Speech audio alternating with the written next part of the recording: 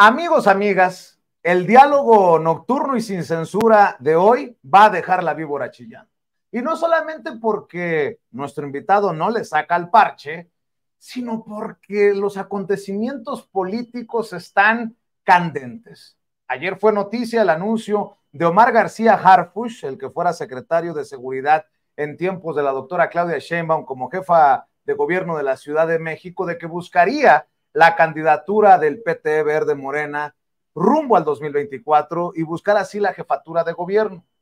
Ayer mismo, Cuauhtémoc Blanco, el todavía gobernador de Morelos, que buscaba, según él, desde hace semanas, la posibilidad de esa candidatura, también se baja después, dijo en redes sociales, de conversar con Mario Delgado, el presidente nacional de Morena. Por cierto, Mario Delgado también ya levantó la mano para buscar la jefatura de gobierno de la Ciudad de México. Bueno, pues en estos estudios sin censura, alguien que no le saca el parche, lo dije, y que levanta la mano también desde su trinchera para buscar esa posibilidad de convertirse en jefe de gobierno de la Ciudad de México. Es el maestro Ricardo Peralta, en algún momento también subsecretario de Gobernación, y te agradezco, Ricardo, gracias, que nos acompañes. Gracias, querido Vicente, muchas gracias. Contento de estar aquí en tu programa porque además tiene una audiencia tremenda, la ha tenido, lo has venido construyendo a partir de muchos años, no solamente de la Cuarta Transformación, porque tú tienes una trayectoria más allá de tiempos de gobierno, y precisamente estamos escribiendo esta nueva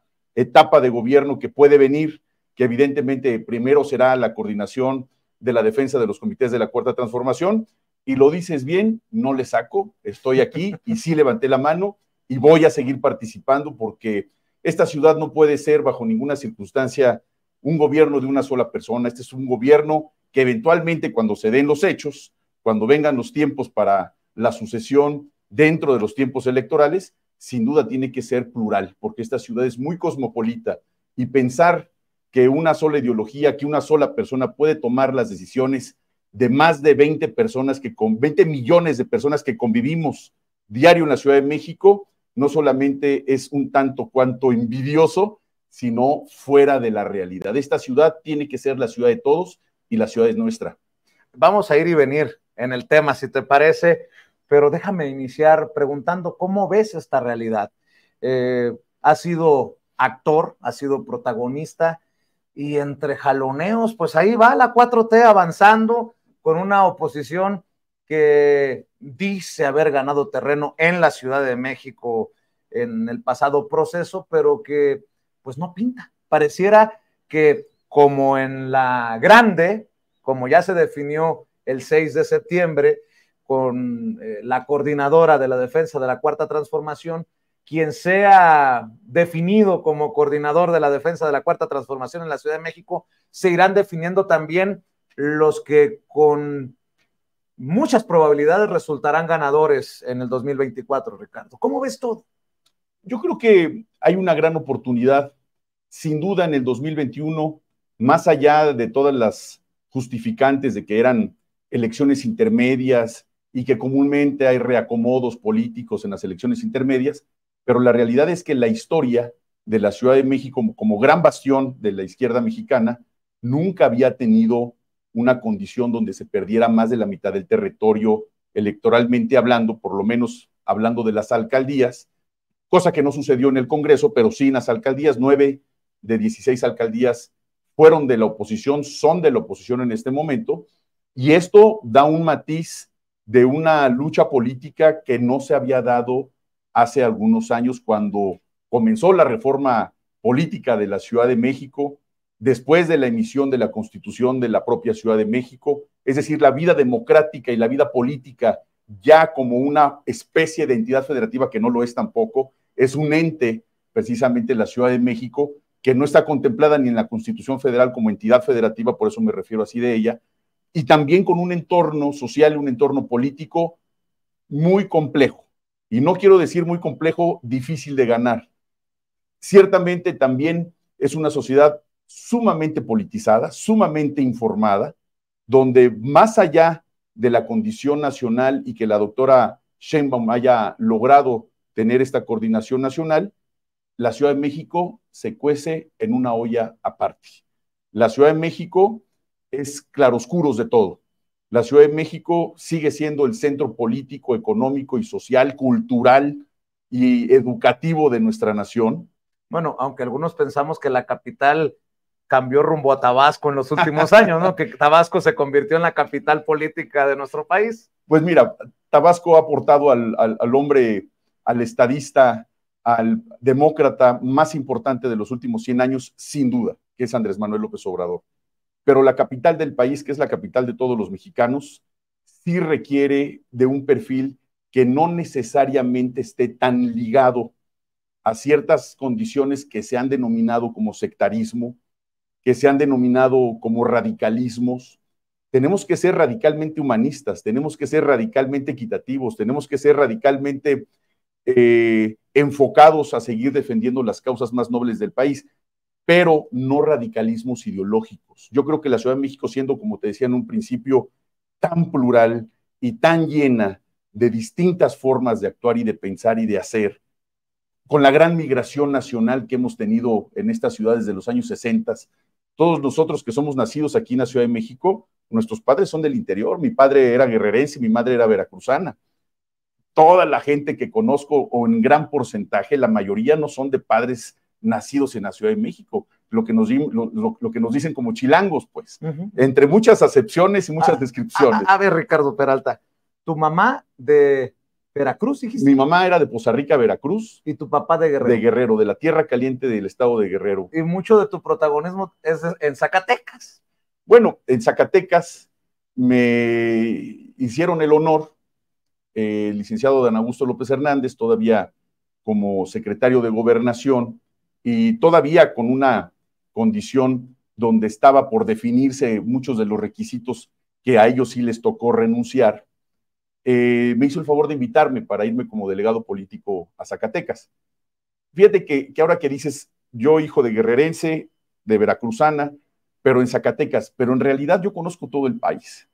En las experiencias laborales que he tenido en los últimos años, el primer trienio tal cual, 5 meses en la Administración General de Aduanas, y el resto del tiempo, 2 años y medio como subsecretario de Gobierno de la Secretaría de Gobernación, que después se desaparece por la Ley de Austeridad Republicana, que bueno, ese es otro tema. Pero tuve la oportunidad, no solamente en la subsecretaría desde antes, pero particularmente en la subsecretaría, de conocer cada rincón del país y la problemática y cómo se resuelven muchos temas de gobernabilidad, que muchos de ellos, o la gran mayoría, se concentran en la Ciudad de México.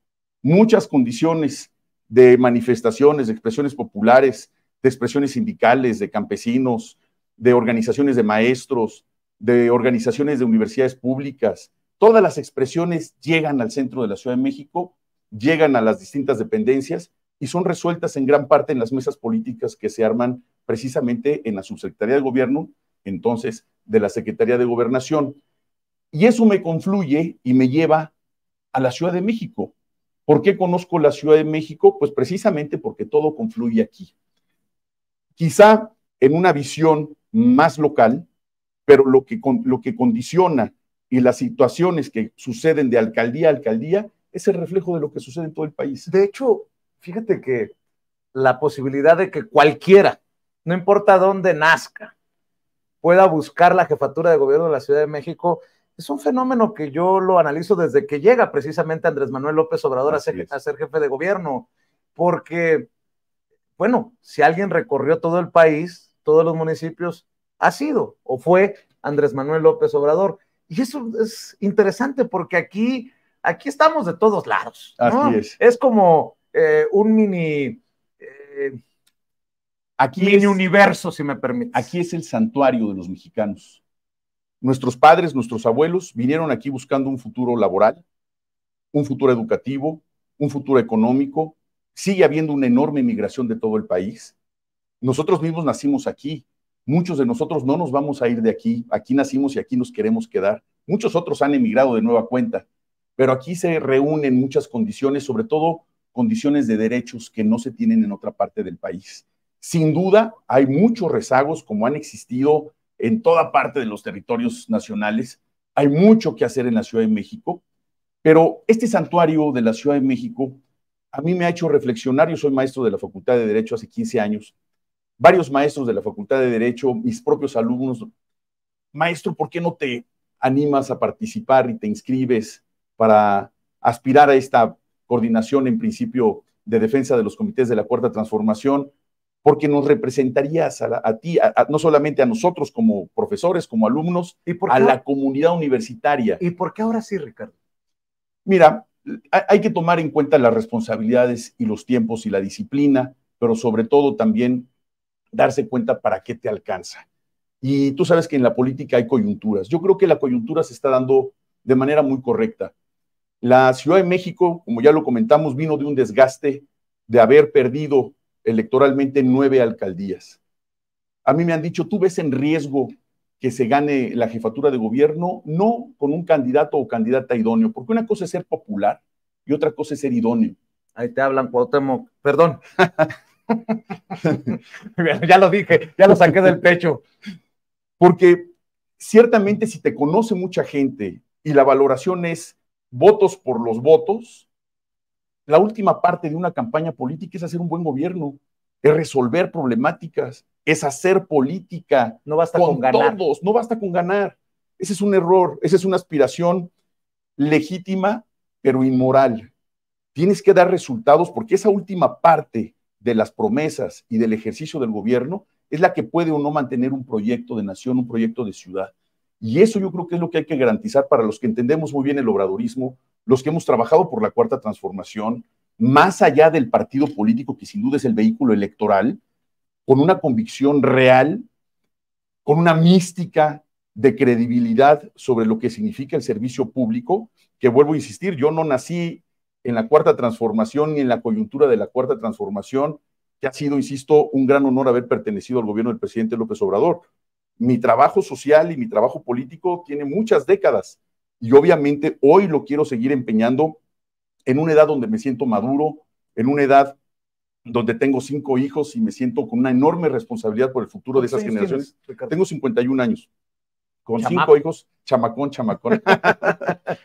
Tengo una esposa que también es profesionista, es decir, estamos trabajando por las nuevas generaciones. Y más allá de que se escuche como eslogan del futuro de la juventud o el presente de la juventud, es una realidad. Esta ciudad se tiene que planear por lo menos a 50 años, porque nunca va a ser suficiente un sexenio para una planificación, por ejemplo, en términos de movilidad. Cuando nos alcanza el destino, que ya lo tenemos enfrente, con la escasez de agua, con la contaminación, con los mantos freáticos prácticamente secos, con un sistema Cutzamala a punto de colapsarse o colapsado, con un drenaje profundo que si no es un día es otro, se vuelve a inundar, en fin, con una condición de transporte público insuficiente, con los más de 20 millones de personas que utilizan el metro todos los días, que por lo menos son 8 de esos 20 que convivimos en la Ciudad de México, con un parque vehicular de más de 4 millones de vehículos que circulan, pues obviamente se colapsa la Ciudad de México. Entonces, se tiene que tener una visión, un gran acuerdo plural, donde todos quepamos en esta gran Ciudad de México. No puede ser bajo ninguna circunstancia que se olviden, por ejemplo, como prioridad, los programas sociales, porque toda la gente que ha emigrado de otras partes del país, desafortunadamente, como sucede cuando van a otro país, cuando salen de nuestras fronteras, no van a turistear. Vienen por necesidad, vienen a hacer negocios, vienen a trabajar, vienen a estudiar. Y tenemos que garantizar que esta ciudad siga siendo sostenible y sustentable para todos los que siguen llegando de todas partes del país. La condición de México es muy compleja. México siempre ha estado en revolución. México ha sido un país de los más convulsos del mundo, pero también un país lleno de energía, donde esa energía está contemplada principalmente en el enorme motor que son los jóvenes. Y tiene que ser una ciudad pensada para nuestros jóvenes. Déjame preguntarte, porque no todos saben ganar, pero es rico ganar. Pero creo que las grandes lecciones vienen cuando no se gana y cuando se tiene que asumir un trago amargo. Tú formabas parte del equipo cercano del licenciado Adán Augusto López Hernández. Se cifraron muchas esperanzas en estos recorridos para buscar la coordinación, no se consigue al final.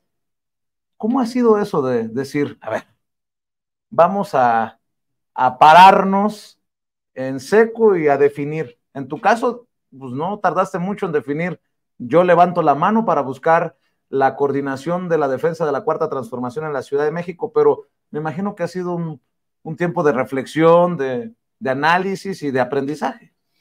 Yo creo que la palabra llega a lo que significa el respeto, lo que significa la lealtad, lo que significa la disciplina.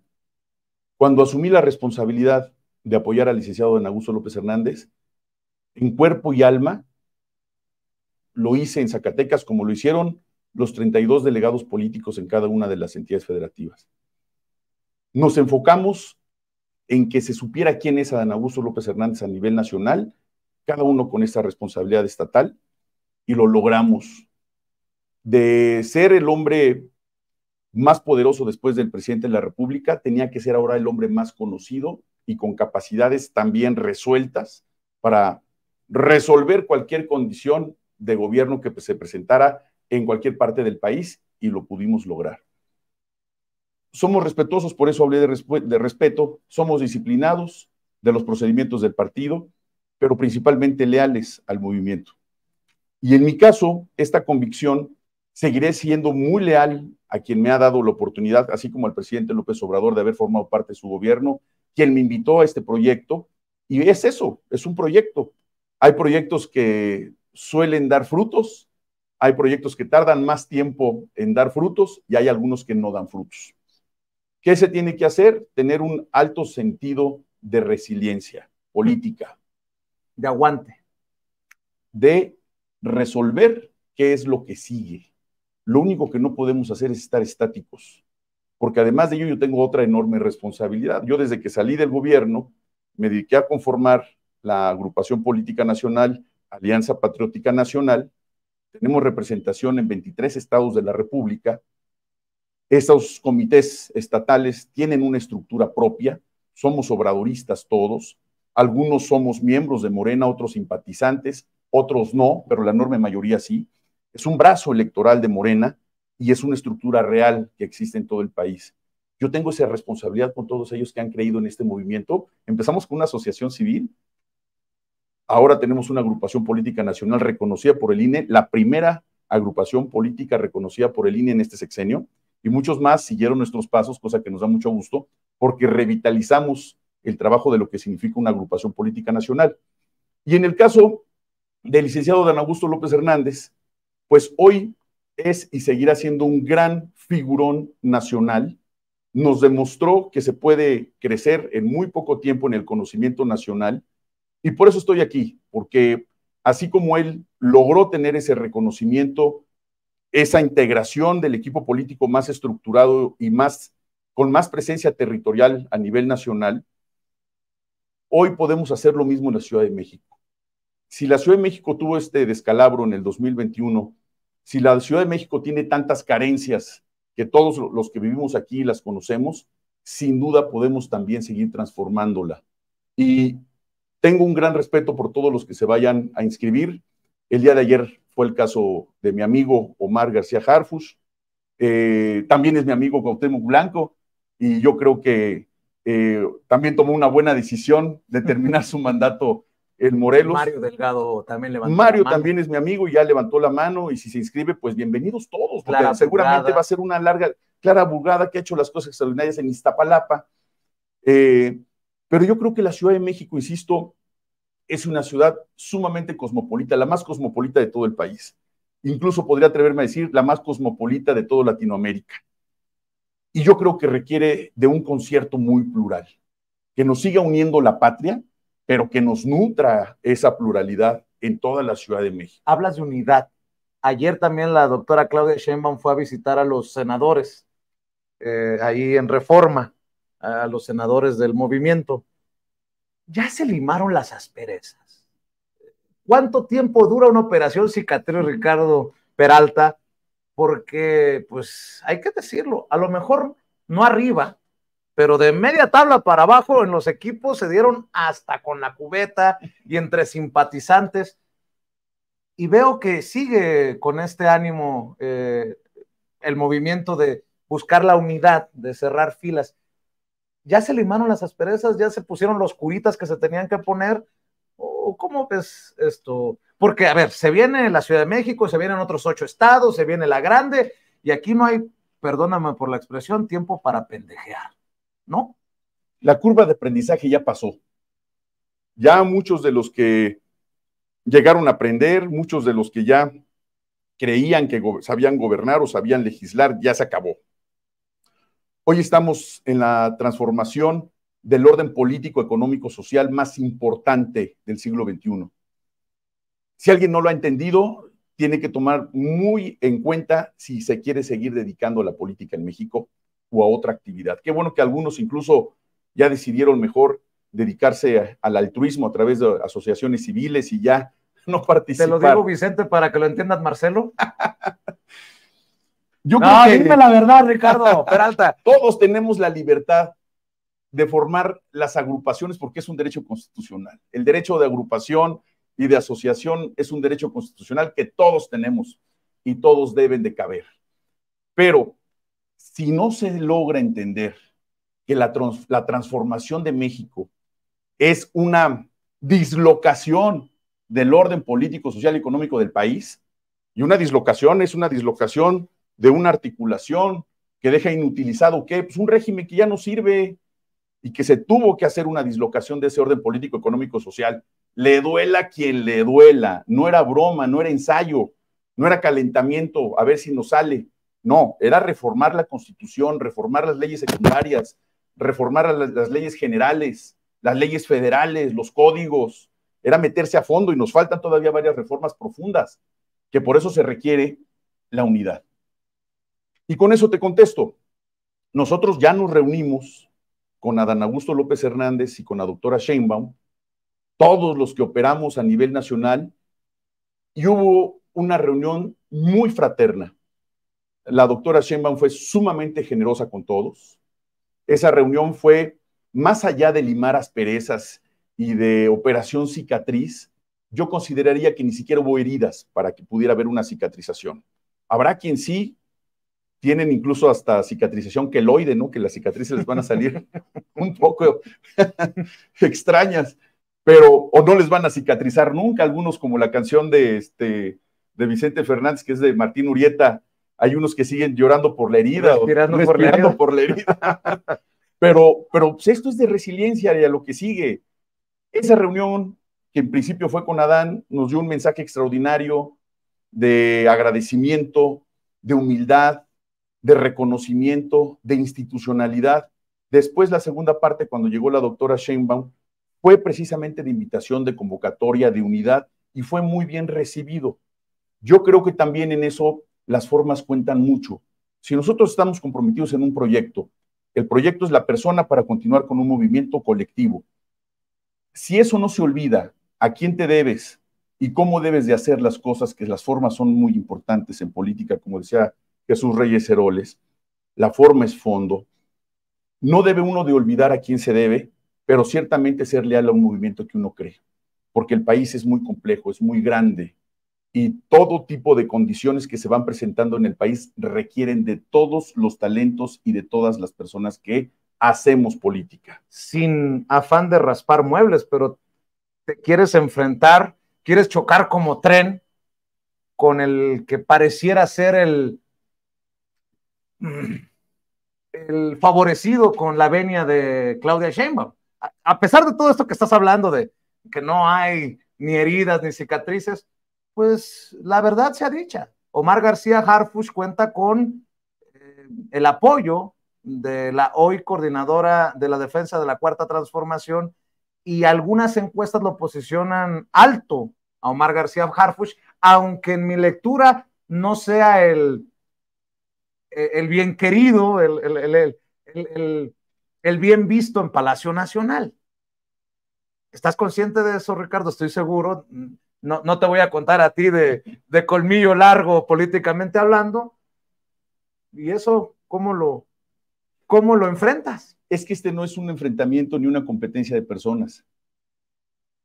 Esta es una condición donde se pone a prueba la democracia participativa, donde más allá de que exista o no un apoyo, de que se haya tenido o no una mayoría numérica en las encuestas, Se trata de salir a la calle donde la gente reconozca capacidades, donde la gente defina quién podría continuar con esta transformación en la Ciudad de México, donde exista esa simpatía, donde la gente incluso también denoste a algún personaje, donde varios factores de decisión en la Ciudad de México que se pueden dar, tú sabes que la política es coyuntura, sucedan, porque yo a todos mis compañeros los admiro, para mí todos son valiosos.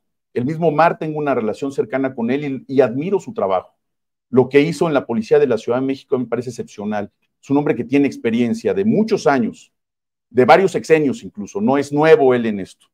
Y yo creo que ese es un gran expertise que Omar tiene. Figura controvertida, polémica, si quieres. Pues es que estando en temas de seguridad, en temas de procuración de justicia, en temas de política, es muy complejo que no seas un hombre polémico. Incluso su dinastía misma le genera...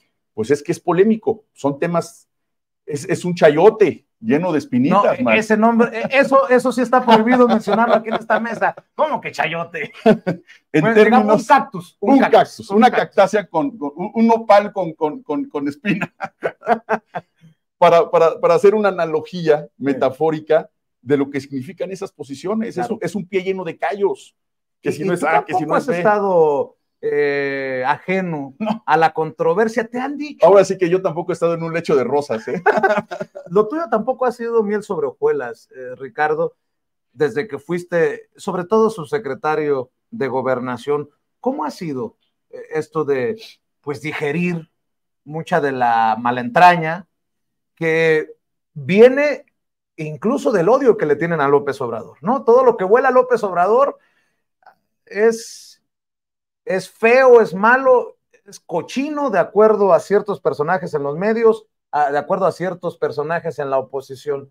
¿Cómo ha sido trabajar para el presidente López Obrador y cómo ha sido esto de salir como saliste y enfrentarte a toda clase de señalamientos, ¿no?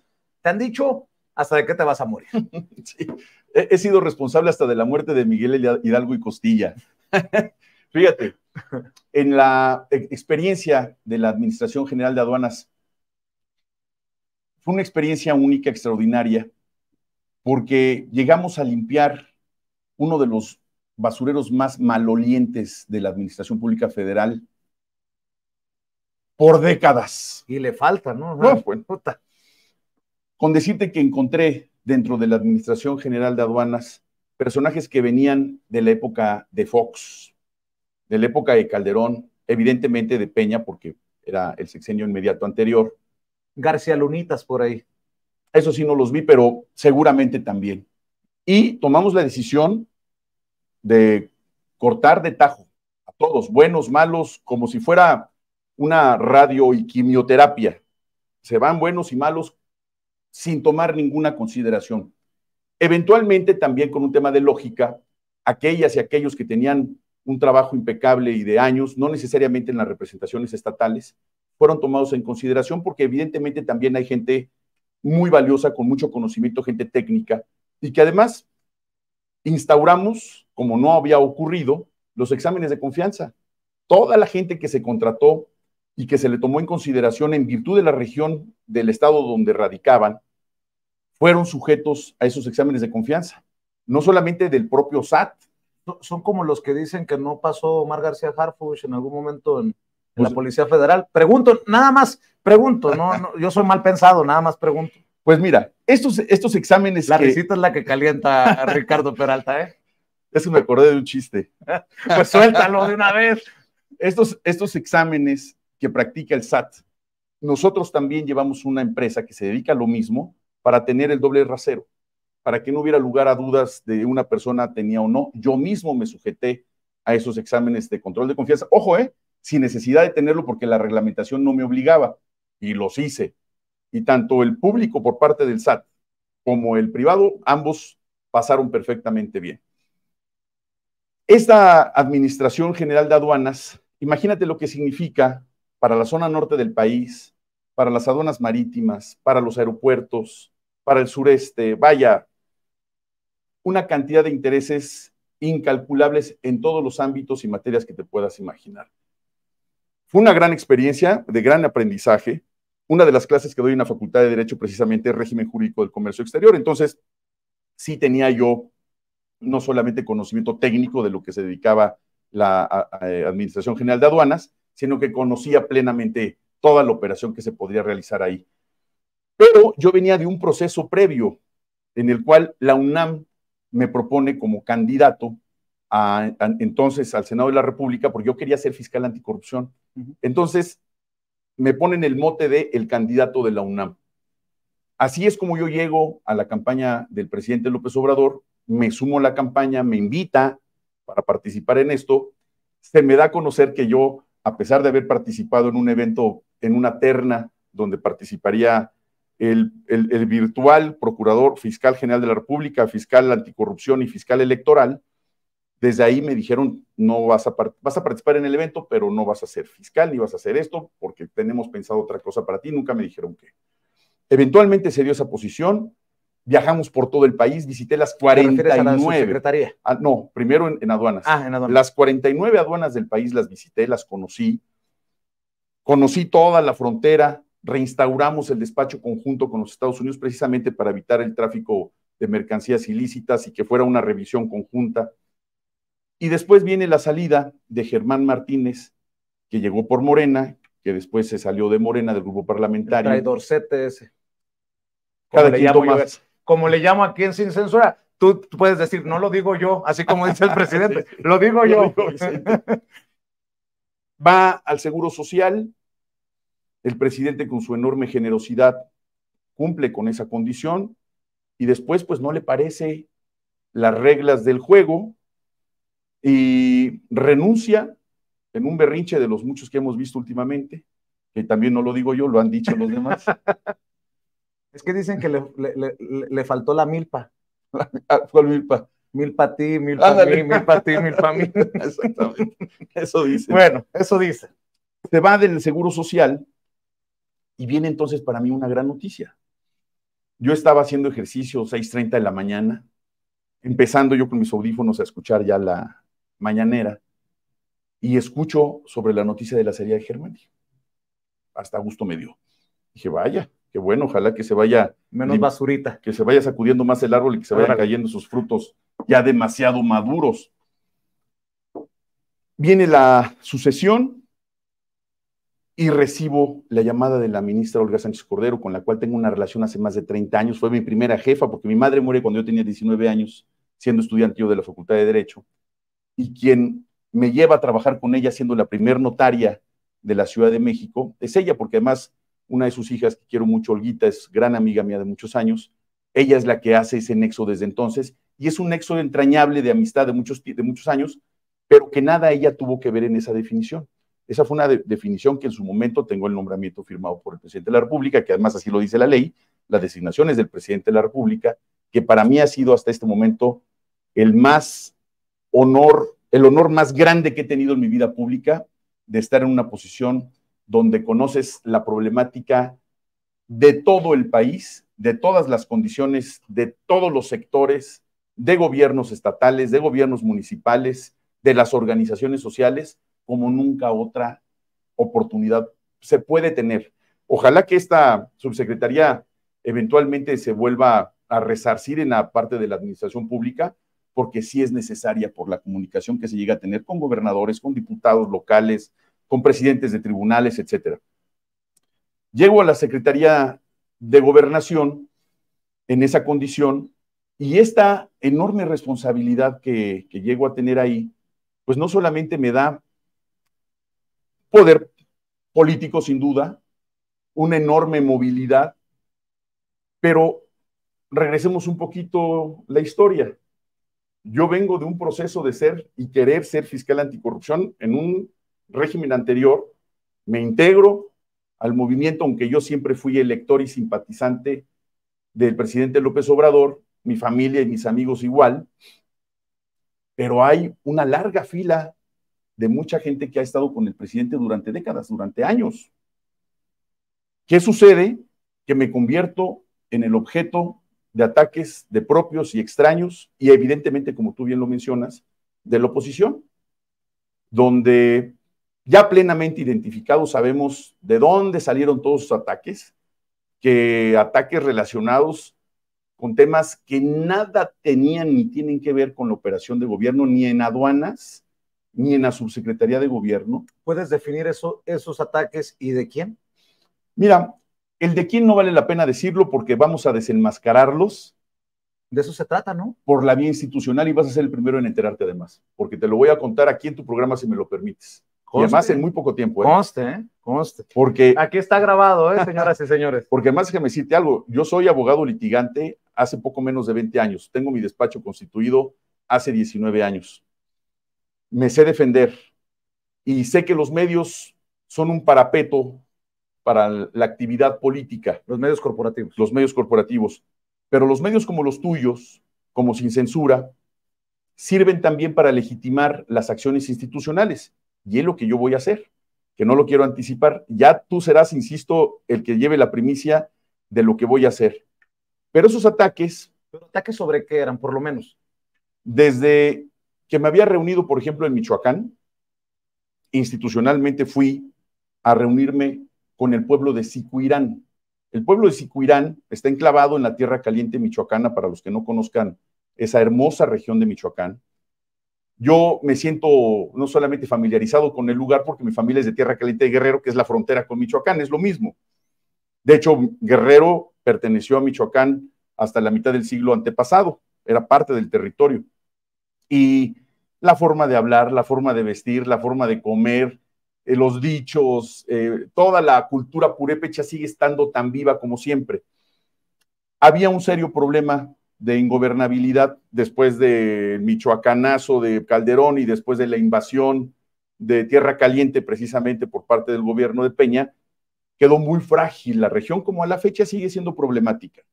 Pero existía un gran grupo de personas que todavía civiles, que se encontraban armados, que no formaban parte del crimen organizado, pero que se armaron, las autodefensas que se armaron precisamente para combatir al crimen organizado. Entrando este sexenio, podemos decir que se extinguieron las autodefensas de México, y se extinguieron precisamente porque se les dieron alternativas, en principio el mensaje de la ilicitud de estar armados sin tener licencia para poderlo hacer, de que deben de confiar en la autoridad como confiaron, de la creación de la Guardia Nacional, que también estaba en ciernes esta operación legislativa y administrativa de la creación de la Guardia Nacional. En principio era reunirme con 15 presidentes municipales y mi gran sorpresa fue que los 15 presidentes municipales de la región de Tierra Caliente llevaron a la comunidad y fue una reunión con 40,000 personas. ¡Ah, caramba! Salió un comunicado de la Secretaría de Gobernación haciendo referencia a esa reunión que tuve con esa población. Invité institucionalmente al gobierno local de Silvano Aureoles. Puro personaje. Personajazo. Ese día no me llevé ni cartera porque dije, capaz que me lo encuentro y regreso con una mano adelante y una atrás. Personajazo, que si fuera la diosa Shiva, de esa que tiene 3 pares de brazos, se hubiera robado más de Michoacán. Bueno, a lo mejor le hubiera compartido más a Loret y a los de Latinos, pero bueno, este es otro rollo. Lo invité, no obstante que lo invité institucionalmente porque iba a un estado y obviamente la Secretaría de Gobernación debe de tener esa relación institucional con todos los gobiernos, sean de oposición o sean de oposición. No obstante que lo invité, porque tuvimos 3 eventos en Sicuirán. Al segundo evento sí fue su secretario general de gobierno, que incluso nos acompañó a poner la primera piedra de una planta agroindustrial que iba a ser patrocinada por michoacanos residentes en Napa Valley, en California, porque en mi experiencia en aduanas, con la industria de la exportación, hicimos nexos con empresarios, con mexicanos viviendo en el extranjero, que producen todo tipo de condiciones para hacer negocio en el exterior. ¿Cuál era la idea? Una planta agroindustrial donde la comunidad de Tierra Caliente, pensando precisamente en el desarme y pensando precisamente en romper esa cadena de marginación, de violencia y sobre todo de estigmatización que tiene toda esa región, pudieran tener una planta agroindustrial para vender en el exterior aguacate, melón, chía, alfalfa, limón, sandía, limón, todo lo que se produce en esa región de Tierra Caliente. Y estos amigos que incluso fueron conmigo al evento, que en su vida se habían parado estos lugares de la industria de la exportación, que no hay representación en Michoacán, tuvieron la posibilidad de tener clientes ya en Japón para todos estos productos. Era una condición extraordinaria que le iba a cambiar la vida a millones de personas dentro y fuera de Michoacán, donde le iba a cambiar la condición de desarrollo económico a la región, donde íbamos a quitar ese estigma, donde sin duda todos los que han estado en condiciones de crimen organizado peleándose el trasiego de las drogas, quizá pudiera haber cambiado la forma de pensar y mejor invertir en negocios lícitos, en vez de estarse matando como desafortunadamente sigue ocurriendo. Hubiéramos cambiado la escena que hoy sigue viviendo esa región, pero Silvano Aureoles lo que hizo fue decir: Ricardo Peralta se vino a reunir con delincuentes y les vino a traer dinero. Sí recuerdo. Una cosa falsa por todos lados. Le reclamé, le pedí que acreditara su dicho, no lo hizo a la fecha, pero sabemos el personaje que es, y por fortuna el tiempo nos ha dado la razón. Él es el responsable número 1 de la violencia en Michoacán, porque no resolvió nada. La omisión también mata. Así como la omisión de Vicente Fox, el peor presidente de la historia de México, ahí empezó todo. Bueno, eso está de debate, porque los muertos y los desaparecidos que nos dejó Calderón no es para... Pero ahí empezó menos, todo. Él sembró eso. Y lo mismo ocurrió en Tamaulipas, con Cabeza de Vaca, porque esa misma operación, obviamente, en ciertas regiones del país donde estaba candente la condición de la violencia, también me invitó la comunidad. Y también les ofrecimos una condición similar para poder exportar sus productos. Déjame ver si entendí ese momento, que lo tenemos que transportar a tu actualidad, a tu realidad política, Ricardo Peralta. La doctora Olga Sánchez Cordero, por más que la quieras, muchos la criticamos por haber mantenido una postura muy pasiva para las circunstancias y condiciones de nuestro país. Entonces a ti te tocó mucho de eso, de viajar por el país y de reunirte. Y si estoy correcto, me corriges si estoy equivocado, desde ese tiempo es cuando empiezan al presidente a decirle que tiene nexos con el crimen organizado, nexos con los grupos criminales, cosa que obviamente es una tontería. Desde ahí empieza, ¿no? Pues no recuerdo si haya sido desde ahí, pero aquí acuérdate que hay narrativas que se van creando. Aquí, para denostar a una persona pública, tiene que ver con su conducta sexual, con su honorabilidad respecto a sus bienes, o con algún nexo con el crimen, ya sea con el narcotráfico o en otras décadas con Al Capone. Y lo dice por conocimiento de causa, por lo tercero, porque nos ha tocado ver desde lo primero para unos, desde lo segundo para otros, esto contra personajes como tú, y está cabrón, porque ¿sabes qué, Ricardo? Esto me lleva a prevenirte, así como le pasó a Dan Augusto López Hernández. A mí me han criticado mucho, todavía me siguen golpeteando, aquí, oye, es que tú defiendes a Dan Augusto. Fue el más golpeado por medios como Televisa, como Latinos, como el Universal, columnas a sueldo, aguas que se te viene encima, lo mismo. ¿Por qué? Porque ha sido un personaje, ha sido un político que en su trabajo y en el dar resultados te cayeron encima ya y te van a volver a caer encima. Perdón que te lo pronostique, pero por ahí va la cosa, Ricardo. Pues, como decimos los mexicanos, déjense venir. De 100 en 100, diría Payán. Mira, no es algo que me preocupe, porque tengo mi conciencia muy tranquila para empezar. Yo sé que la labor política y mi actividad pública que he realizado, y además mi vida privada, es absolutamente transparente. Los que nos dedicamos a esto estamos sujetos al escrutinio público en todo momento. Y todo esto que ha venido ocurriendo, lo que dices de Adán Augusto y todos estos ataques mediáticos que tuvo, los ataques mediáticos que estoy seguro voy a seguir teniendo, como bien lo pronosticas, que es una realidad, sin duda, no me preocupan, porque si lo estás haciendo es porque si lo están haciendo es porque lo estás haciendo bien tú. Si no, estaríamos tristísimos en la ignominia. Nadie nos tomaría en cuenta, nadie hablaría de nosotros. Somos personajes mira el presidente polémicos. que es el presidente más atacado, dice desde Madero, él mismo lo dice, ¿no? Y regresando al punto precisamente, el presidente López Obrador es un humanista nato. ¿Cómo le han dado lata porque saludó a la mamá del Chapo Guzmán en una camioneta. Y la señora, por ser mamá de presuntos delincuentes y líderes del crimen organizado, etcétera, etcétera, también la señora es un enemigo público número uno. Pues no, todos nacemos de bebés, cada quien va tomando sus decisiones conforme va creciendo. El presidente, en un acto de respeto a una persona de la tercera edad, que no la ha de tener fácil también, que no ha de ser una condición fácil, es una condición de respeto que además no hay una madre en este país que los mexicanos no respetemos, sea la madre de quien sea. Hay quienes no tienen madre, que es otra cosa. Ese es otro boleto. Y hay muchos de esos. Pero los que tuvimos madre, como en mi caso, y que fueron madres extraordinarias, amorosas y nos criaron, ahí confirmo la tesis de Freud. Origen es destino. Si fuiste un niño querido, un niño amado, un niño bien criado, pues sin duda vas a tener un adulto medianamente correcto, que es el caso de todos nosotros, porque también esto no es de santos. Si bien es cierto, la condición política trata de que la probidad sea una de las mayores, de los mayores valores que debemos de tener los políticos y que además así es, pero también no nos sacan de los seminarios. La política también es de astucia, es de lealtades, también de traiciones. Hay quienes llevarán toda su vida, como en la historia, la bandera de traidores, y hay quienes tendremos siempre la bandera de lealtad como parte de nuestra personalidad. Hablas, como lo ha dicho el presidente, de la política, y al centro debería estar la ética. Sin duda.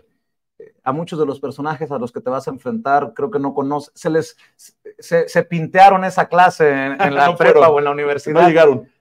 El cártel inmobiliario. La propia Xóchitl Gálvez, que ahora no la bajan de plagiaria. Y lo que le sumes. ¿Qué te preocupa, si acaso algo? O de la oposición no te preocupa, no ves riesgos. Yo creo que sería sumamente soberbio pensar que cualquier persona puede ganar una posición política hablando por el pueblo. Yo creo que tenemos que estar atentos y trabajar mucho, porque no se trata de ganar por ganar, no se trata de ganar una posición de coordinador de los comités de defensa de la Cuarta Transformación, después tener la candidatura y después ser jefe de gobierno. Yo creo que México se debe de mantener en constante reconstrucción.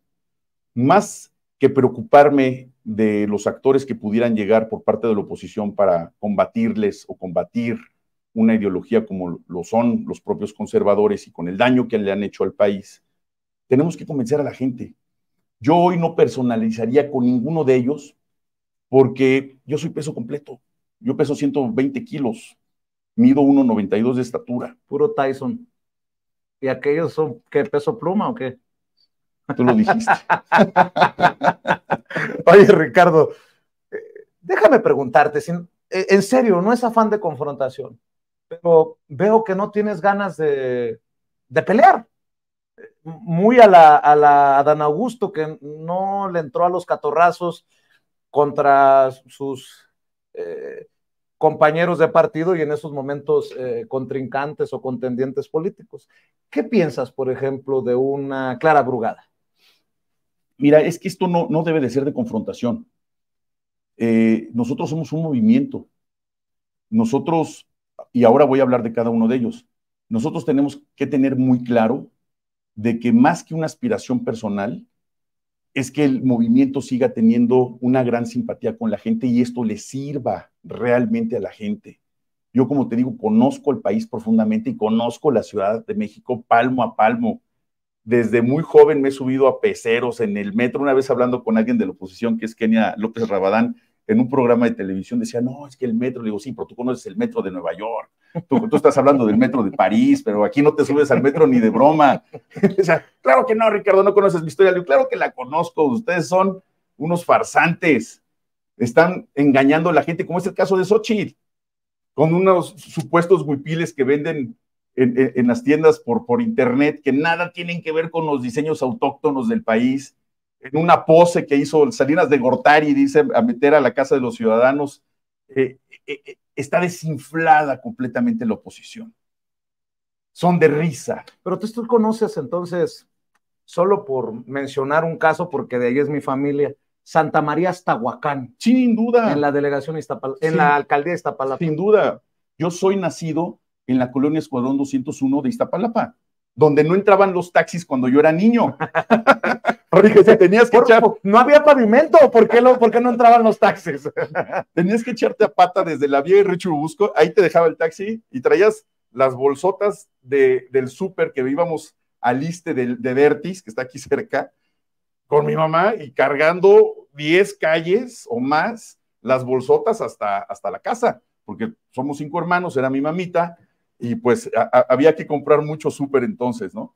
Claro que conozco todas esas regiones de la ciudad, todas las regiones de la ciudad. ¿Cuál es el reto más importante de la ciudad? Porque hay que también hablar en plata. La seguridad ha mejorado. No estoy diciendo que sea lo óptimo, pero ha mejorado. El tema del metro sigue siendo un tema con Claudia Sheinbaum, después de Claudia Sheinbaum. Por cierto, Martí Batres, mis respetos porque está haciendo un excelente trabajo. Tan es así que no se habla de la jefatura de gobierno de la Ciudad de México, y ese es el trabajo bueno, que se haga el trabajo, tan buen trabajo que no se hable de él, porque las noticias buenas normalmente no son noticias, sino lo contrario en política, las malas noticias. ¿Qué es el reto más importante antes de que hablemos de tus compañeros, Ricardo Peralta? Mira, en principio te digo, Martí Batres es un político completo, un político profesional, con muchísima experiencia, un contemporáneo culto. Yo lo conozco a Martí hace muchos años porque curiosamente llegamos a contender, fíjate qué curioso, a ver, en la Escuela Nacional Preparatoria en el plantel 6 de aquí, muy cerca en Coyoacán. Él es unos cuantos años más grande que yo, no tantos, pero llegamos a estar incluso en planillas distintas, contendiendo. En aquel entonces, de nuestros años mozos de la preparatoria. ¿Por la mesa directiva o qué? No, en aquel entonces peleábamos por los consejos internos, los consejos técnicos, los consejos universitarios. Yo fui delegado al Congreso Universitario. Estoy hablando del año 87, 88 y 90, porque después de la huelga vino ese Congreso General Universitario y yo representé las 9 preparatorias en ese gran Congreso General Universitario en CEU. Chamaco. Pero le reconozco a Martí que es un gran político, que ha sabido hacer las cosas muy bien. Y vaya, ahora como jefe de gobierno ha sido una revelación, como lo ha venido demostrando, como bien lo dices. Coincido plenamente.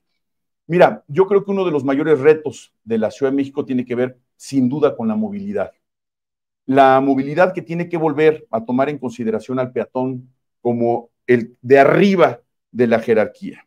La prioridad. La enorme prioridad. A mí me tocó, por eso hablaba yo de mi experiencia pública, ser el secretario técnico de lo que es hoy la Junta de Coordinación Política del Congreso de la Ciudad de México, antes de que se convirtiera en Congreso, cuando todavía era Asamblea Legislativa. Y me tocó integrar 27 iniciativas distintas para lo que es hoy la Ley de Movilidad. Fue un trabajo titánico, porque era de todos los grupos parlamentarios, trabajos por meses, prácticamente de día y noche, pero salió la Ley de Movilidad precisamente en esa legislatura, por unanimidad, de 27 distintas propuestas. Conozco muy bien el tema, conozco muy bien las necesidades de la ciudad, y si bien es cierto que el metro es la columna vertebral, poco más de 8 millones de personas lo utilizan diario, un día que se descomponga un tren en una sola estación, complica el resto de la articulación de la movilidad, porque de repente saquen los camiones, saquen los peceros, la gente a caminar, ya se les hizo tarde para el trabajo, ya no fueron por los niños a la escuela, la cita médica, bla, bla, bla, bla, bla, con todas las condicionantes que esto. Y si además le sumas el tránsito de personas que vienen de la megalópolis, con transportes totalmente distintos, que no necesariamente confluyen unos con otros, que no necesariamente forman parte de ese gran mecanismo de movilidad de la Ciudad de México, pues es un reto tremendo mover a tantas personas en una ciudad como la nuestra. Eso para mí sería una de las condiciones más importantes de la Ciudad de México, donde no debe de parar la inversión de infraestructura. Yo creo que si lográramos esta condición, que no es momento de hacer propuestas, pero si lográramos en su momento que todos los jóvenes y los estudiantes tuvieran un subsidio para que ninguno de ellos, además de tener un mejor transporte, fuera gratuito, sería fabuloso.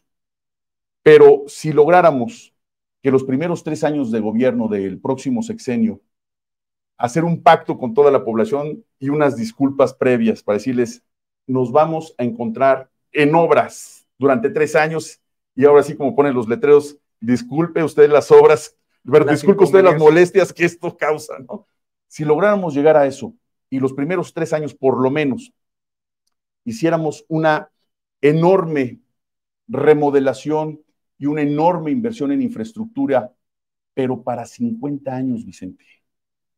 Porque la Ciudad de México de año a año, otra vez ya te cambió la población, y ahora llegaron grupos indígenas, y ahora ya se fueron otros, y ahora ya regresó otra migración de otro lado. La Ciudad de México cambia segundo a segundo. Además es una zona sísmica. Además tenemos el problema del agua. Te encargo, si se puede, para que lo tomes en cuenta, Ricardo, los comerciantes formales y sobre todo a mis vendedores ambulantes que con tanto empeño mantienen a sus familias. Viva el comercio popular, Vicente, viva el comercio popular. Es parte de nuestra idiosincrasia nacional. Yo cada vez que veo expresiones de algunos de los vendedores ambulantes y no pagan impuestos, perdón, en nuestro país los tianguis tienen un origen prehispánico.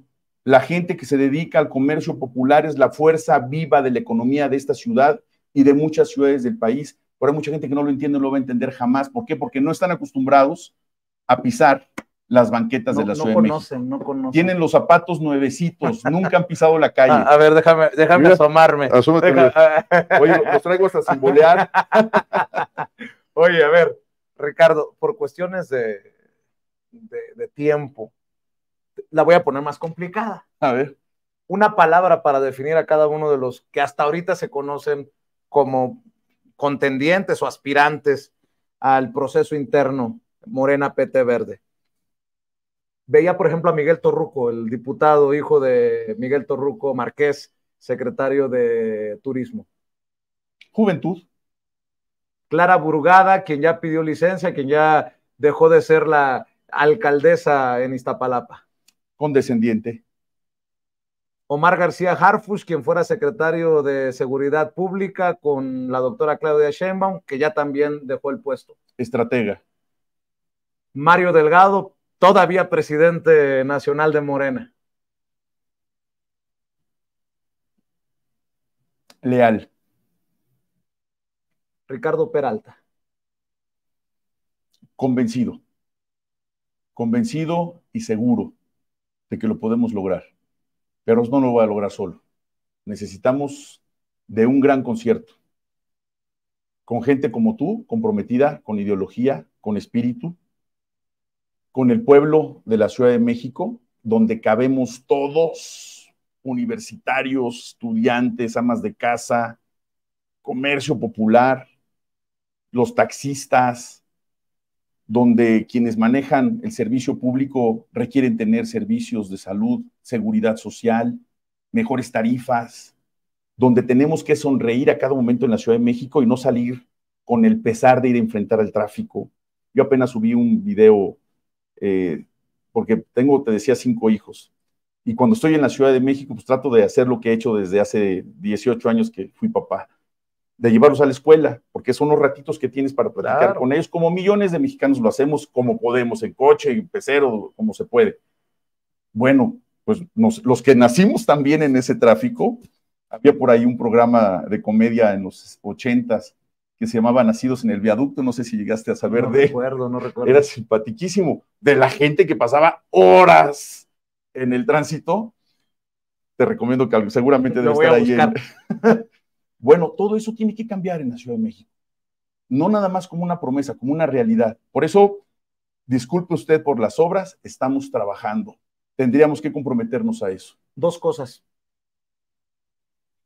Todavía no empieza esto, yo ya estoy futureando, pero si no se diera este tema de la Ciudad de México, ¿te interesaría regresar a un gabinete como lo hiciste con Andrés Manuel López Obrador, o te interesaría formar parte del gabinete con la doctora Claudia Sheinbaum en caso de?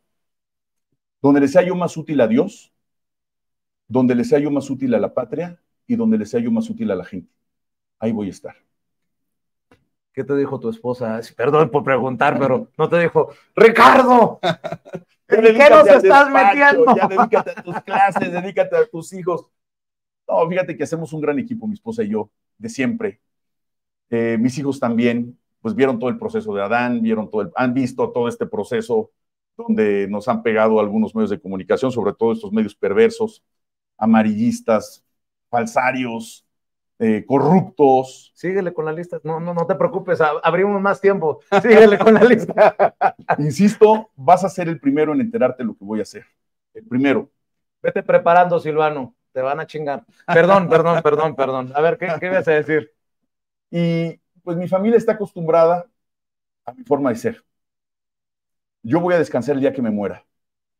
Yo creo que este país requiere del concierto de todos. Aquí, quien no le guste la política es el primer mentiroso. Todos nos gusta la política, todos nos gusta participar, todos hacemos política en este país, todos, aún aquellos que dicen que no les gusta la política. Pero la participación ciudadana se tiene que convertir en el deporte nacional. Y más allá de un cargo público, que por supuesto me gustaría participar sin duda, hoy estoy buscando ser el coordinador de los comités de defensa de la Cuarta Transformación en la Ciudad de México, y después vendrá lo demás, no lo sabemos. Esto es de coyunturas, de tiempos, de momentos, y principalmente de conquistar los corazones de la Ciudad de México. Ricardo Peralta. Muchas gracias. Gracias por confiar en Sin Censura y por hablar con nosotros aquí en nuestros estudios. Gracias. Y voy a hacer una aclaración para cerrar. Amigos, antes de que se suelten los demonios, antes de que se ponga la perra brava, como ya ocurrió en meses anteriores, aquí invitados todos. Así como en algún momento dije, no va a haber pronunciamiento por alguno de los candidatos, por el momento, esa es mi intención. Así que ahórrense los madrazos. Apenas va empezando esto, la invitación para Omar García Harfuch, para Mario Delgado, Mario Delgado constantemente está en Sin Censura como presidente nacional de Morena, pero también Clara Brugada, quien ya sé que ha estado en contacto con el equipo de producción de Sin Censura, Miguel Torruco, que ya en algún momento también en las pantallas de Sin Censura habló de sus aspiraciones. A todos y a todas la invitación. Y sobre todo a ustedes que están allá y que confían en este espacio libre como el viento o que critican este espacio libre como el viento, dos cosas. No confíen ni en nosotros a ojos cerrados. Y es momento de activarnos si realmente estamos por la transformación de México, de la Ciudad de México y de los estados en donde va a haber elecciones. Porque también se viene el tema del plan C. O les va a dar miedo. Dirían en La Dama de Negro, esta obra de teatro de terror. Yo soy Vicente Serrano y a nombre de las personas que muchas veces usted no ve, no escucha, pero hacen posible esta transmisión, muchas gracias. Que Dios nos bendiga a todos. Buenas noches.